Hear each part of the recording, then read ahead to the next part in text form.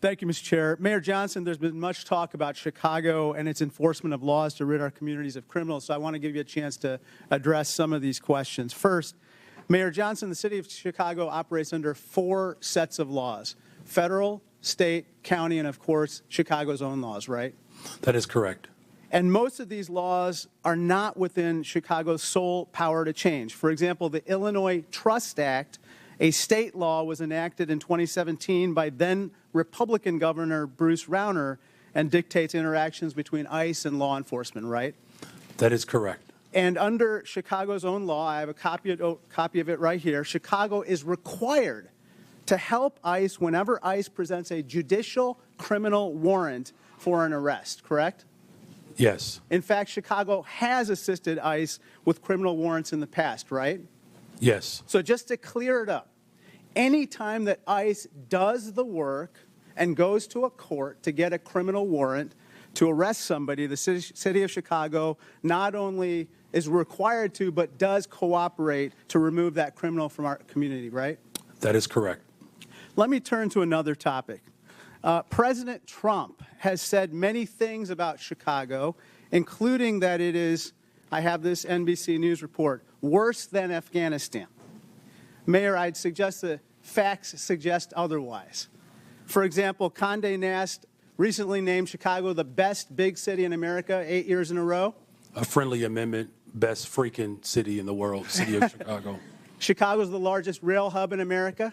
That is correct. Chicago is a quantum technology hub in this country. $20 billion new investment. Chicago area is the home to the second most number of Fortune 500 headquarters of any city in America, right? Just voted again the top relocator for corporate headquarters for 13 consecutive years. And it's home to O'Hare Airport, the most interconnected airport on the continent. Is that right? That is correct. That doesn't sound like Afghanistan to me, sir, does it?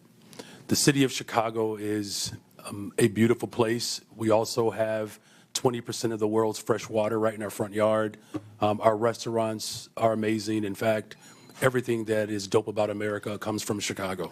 A Republican named Lincoln was nominated for president in Chicago, and a Democrat named Obama called Chicago home too. It's the city of big shoulders, the heart of the heartland, the home to the world's best pizza. And we're not going to take any slander from Donald Trump or anyone else lying down. Is that right? That is correct.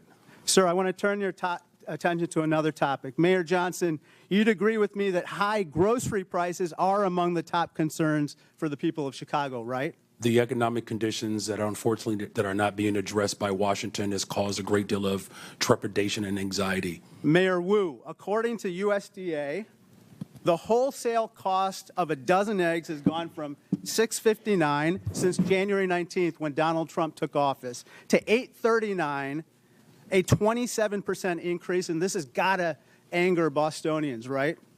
People are doing their very best, trying their hardest, working multiple jobs, and they need support. Mayor Johnston, I suppose that people in Denver are concerned as well, right? Very concerned. This is the most important issue for us, is how we make sure that it's affordable to live in the city. Mayor Adams, the same is true for New Yorkers? Affordability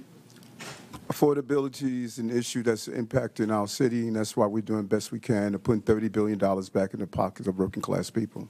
President Trump, if you're watching this hearing, I respectfully ask, when will egg costs be high enough for you to issue one executive order on bird flu?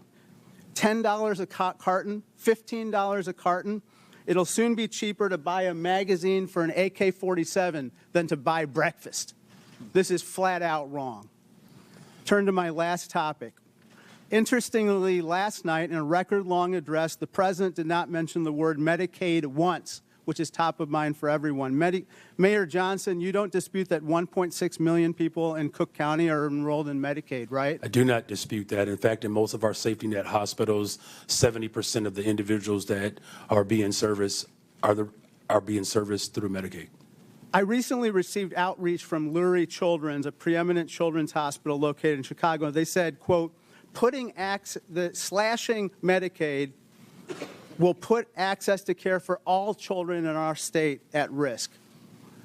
You would agree that's unacceptable, right? That is unacceptable. It doesn't matter where you're from. If you're white, black, brown, poor, or rich, Massive cuts to Medicaid will devastate our health care system.